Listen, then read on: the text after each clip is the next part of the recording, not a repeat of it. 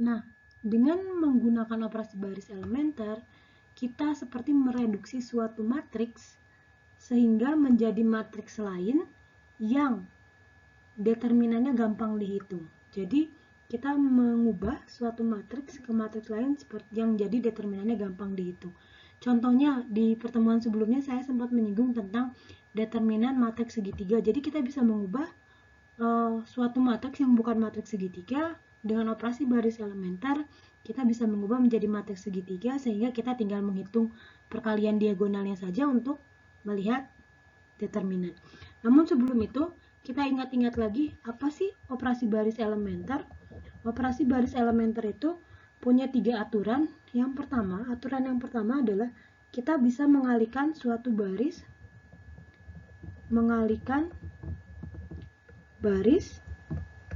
dengan skalar ya, dengan skalar atau konstanta. Yang kedua adalah kita bisa menukar baris. Oke, ini sebenarnya operasi baris elementer, boleh juga operasi kolom elementer, tinggal barisnya diganti dengan kolom. Jadi kita juga boleh mempertukarkan kolom atau mengalihkan sebuah kolom dengan skalar. Oke, ini kolom. Menukar baris atau menukar kolom. Yang ketiga adalah kita boleh menambahkan baris dengan kelipatan baris atau kolom dengan kelipatan dengan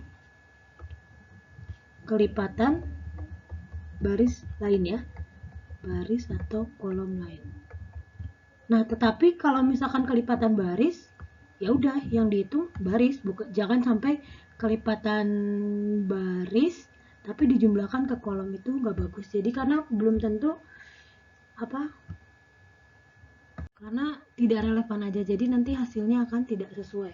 Oke, nah tapi di determinan ini ketika kita melakukan operasi baris elementer tentu saja akan mempengaruhi determinannya. Nah, aturan untuk determinannya seperti apa? Jadi yang pertama untuk yang mengalihkan baris dan skalar. Jadi kalau kita punya matriks A itu dikalikan dengan skalar K gitu ya. Jadi matriks B adalah matriks A kalau kita punya matriks B adalah matriks A setelah dikalikan, setelah satu barisnya atau satu kolomnya dikalikan dengan K,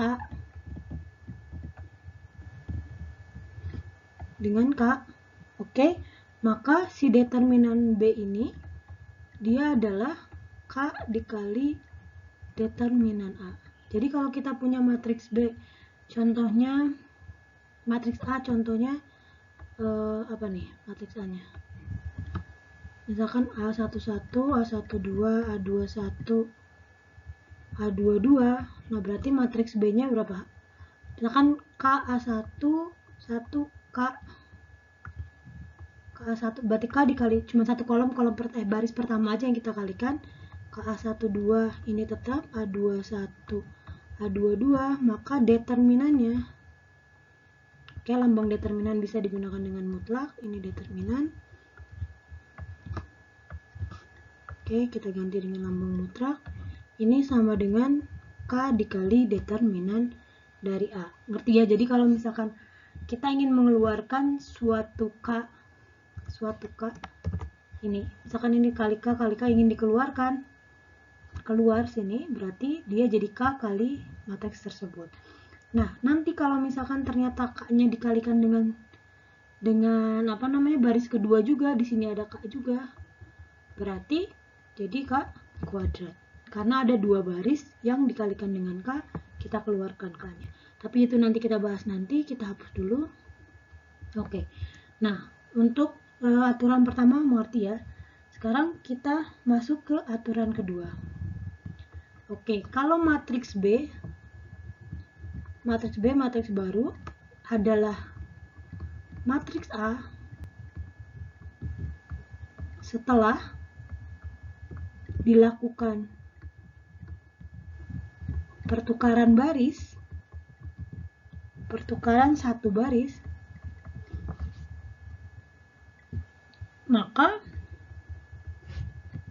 determinan B sama dengan negatif determinan A.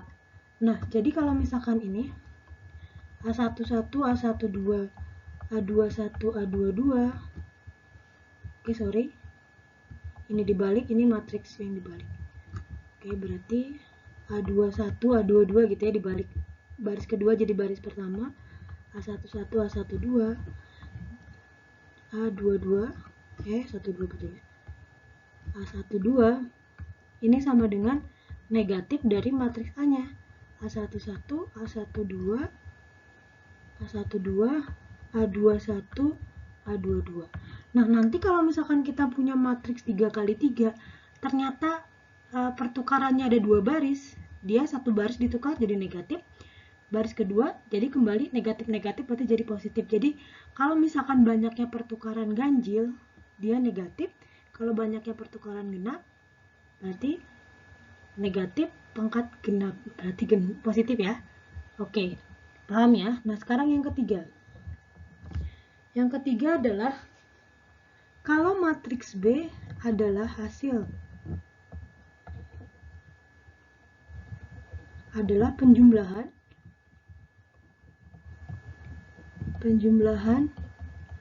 baris adalah matriks A setelah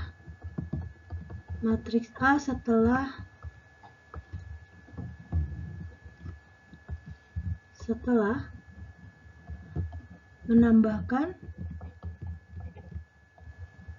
baris dengan kelipatan baris lain,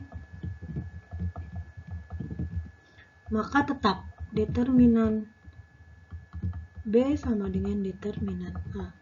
Contohnya seperti ini, kita punya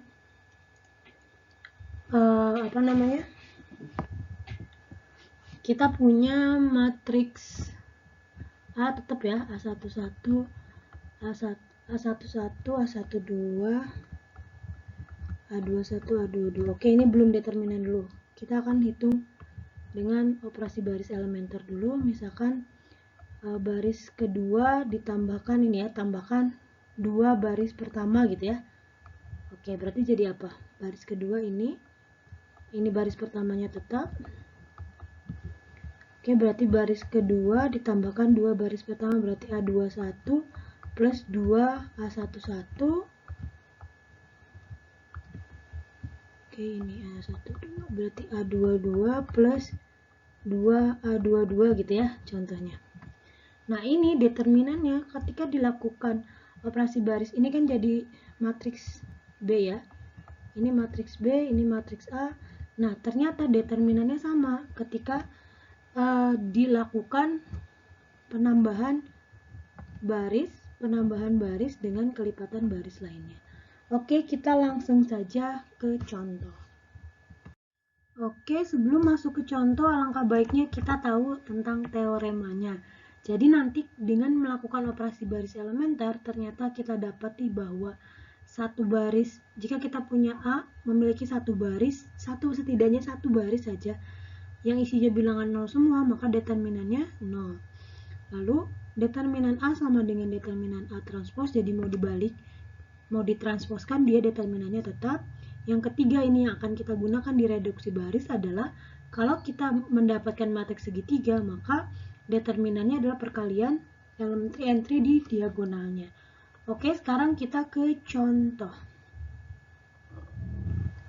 Contoh ya. Oke, kita diminta menghitung determinan dari matriks ini.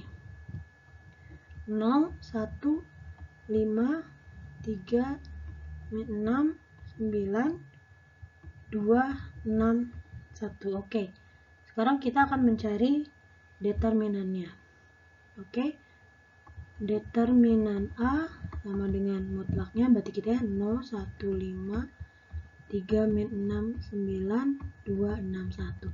Nah, karena kita akan melakukan operasi baris elementer, maka kita butuh mencari satu utama, lihat di sini yang pertamanya 0. Kita butuh untuk mencari satu utama. Ingat waktu di operasi baris elementer, berarti apa? Berarti kita tukarkan baris ya. Kita tukarkan, contohnya baris pertama dengan baris kedua kita tukarkan 3 min 69 015 261. Nah, karena ini kita tukarkan satu kali berarti ini negatif. Oke. Ini saya tulis di sini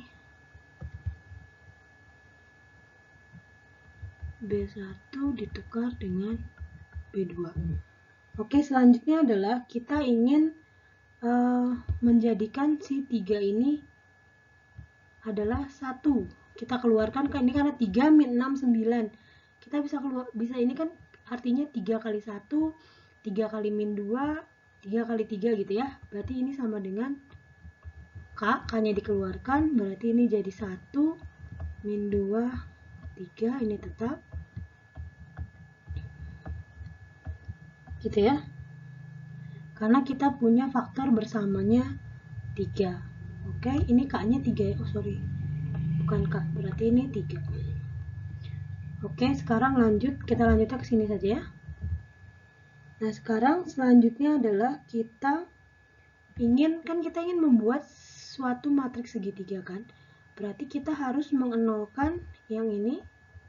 Harus kita nolkan kan. 2 dan 6 harus kita nolkan. Berarti selanjutnya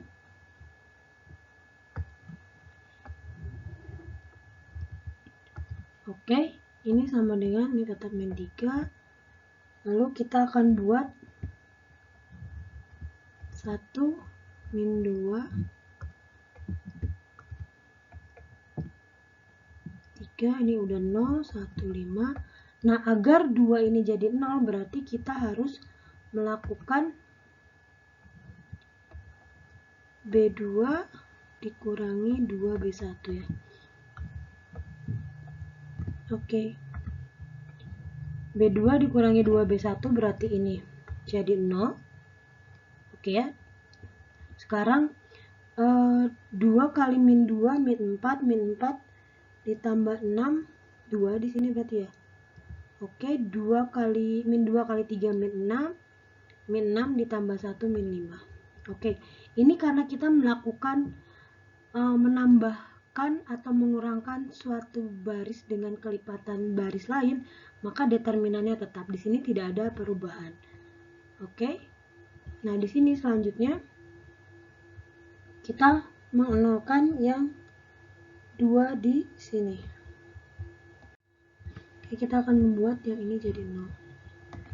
1 min 2 3 0 1 5. Nah, agar ini 0 berarti kita harus mengalihkan dengan ini B3 ditambah 2B1 B3 ditambah B1. Oke, maafkan saya pindah slide karena tadi ada kesalahan teknis. Oh, yang tadi ini yang 2 di sini sepertinya saya melakukan kesalahan, harusnya ini 10 karena ini min 2 dikali 2 kan 4 tambah 6 10. Ini harusnya 10. Oke, selanjutnya kita ingin menolkan yang 10 ini. Kita ingin nolkan dengan menggunakan bantuan baris kedua ini kan. Satu utamanya ini kan.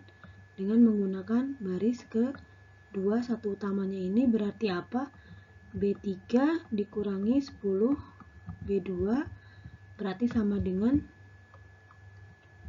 sama dengan min 3 nya tetap, berarti ini 1 min 2 3 0 1 5, di sini 0, ini jadi 0.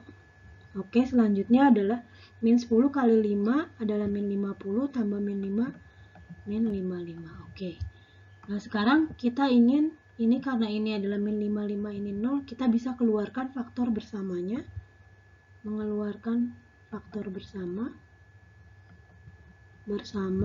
baris ketiga. Berarti di sini ini sama dengan min 3 dikali min 55 dikeluarkan. Ini 1, min 2, 3, 0, 1, 5, 0, 0, 1. Berarti kita tinggal, karena ini merupakan matriks segitiga, ini adalah matriks segitiga.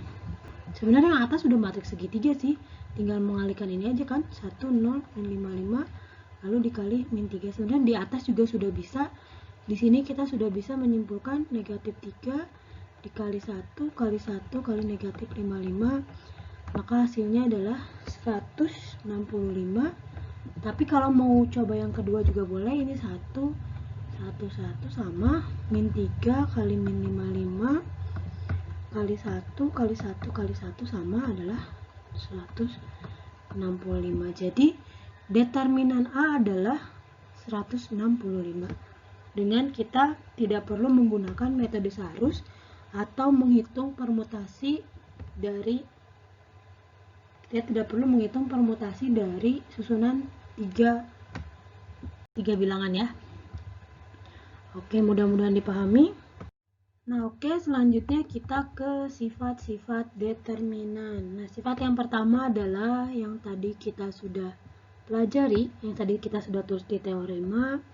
Yang pertama adalah determinan A, dia sama dengan determinan A transpose. Oke, yang kedua adalah kalau suatu matriks semua barisnya dikalikan dengan K, berarti kan determinan KA ya.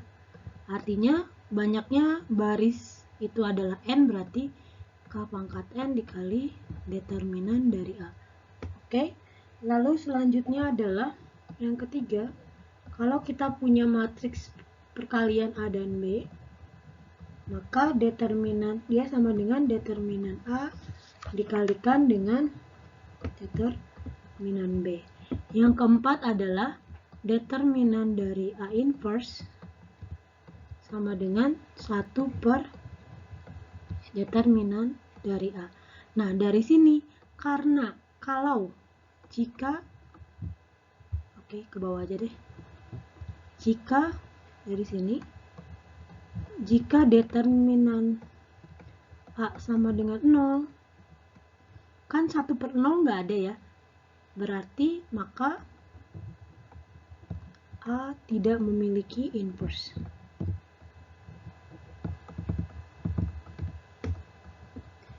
Inverse.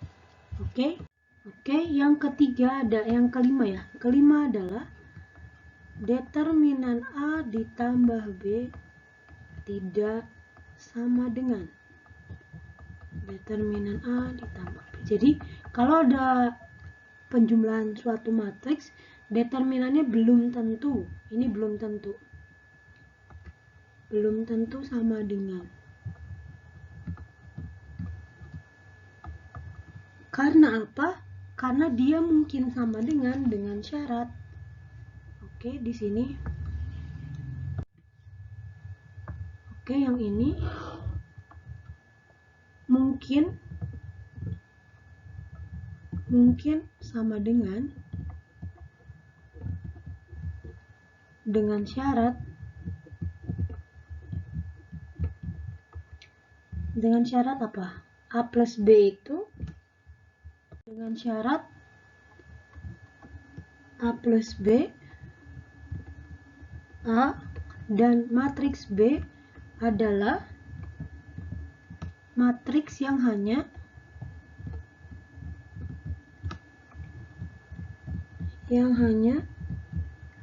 berbeda satu baris atau kolom. Satu baris atau kolom. Contohnya seperti ini. Kalau kita punya matriks A-nya, contohnya misalkan A11, jangan deh, A11 langsung pakai angka saja ya. Misalkan ini 1, 2, 3, 4, 5, 6, 7, 8, 9. Oke, nah matriks B-nya dia ternyata 1 tetap ini saya ganti jadi 10, 11, 12, ini 3, 6, 9. Nah, matriks A dan matriks B hanya berbeda di satu kolom seperti ini. Maka boleh A tambah B-nya sama dengan 147, lalu 2 tambah 10, 2 tambah 11, 5 tambah 11, 8 tambah 12, ini ya tetap 3, 6, 9. Jadi penjumlahannya hanya di kolom yang berbeda. Maka ini sama dengan 147, 12, 16, 20, 3, 6, 9 gitu. Jadi boleh dilakukan syarat sama dengan, syaratnya adalah A tambah B dan AB adalah matriks yang hanya berbeda satu baris atau satu kolom. Ini A dan B berbeda di kolom kedua. Maka A plus B-nya dia menjumlahkan kolomnya satu. Oke, mungkin tidak tepat sih menyatakan ini A plus B, karena kalau A plus B semua elemennya harus harus diganti, maka saya ganti saja ini dengan matriks C ya. Takutnya tertukar dengan definisi di penjumlahan. Ini C, ini C. Oke, maka boleh determinan C sama dengan determinan A plus B kalau kasusnya dia A, B, dan C. Kalau kasusnya seperti ini, DP. Oke, khawatir tertukar dengan matriks yang lain. Nah, matriks C ini dia berbeda hanya di satu kolom dan dia penjumlahan kolom yang berbeda itu dari A plus B. Jadi tidak betul disamakan dengan A plus B tidak sama dengan C. Ini tidak sama ya. Tetapi boleh dengan syarat ini. C-nya C, A, dan B adalah matriks yang hanya berbeda satu baris. Nah, dari sini A-nya sudah ada, A-nya ini, B-nya ini, dan C-nya adalah hasil penjumlahan satu kolom yang berbeda.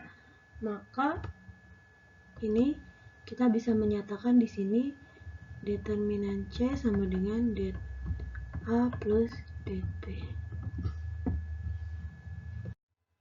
Oke, untuk memperjelas yang tadi, kalau kita mau menghitung determinan dari A plus B, C plus D, E plus F, G, H, I, J, K, L.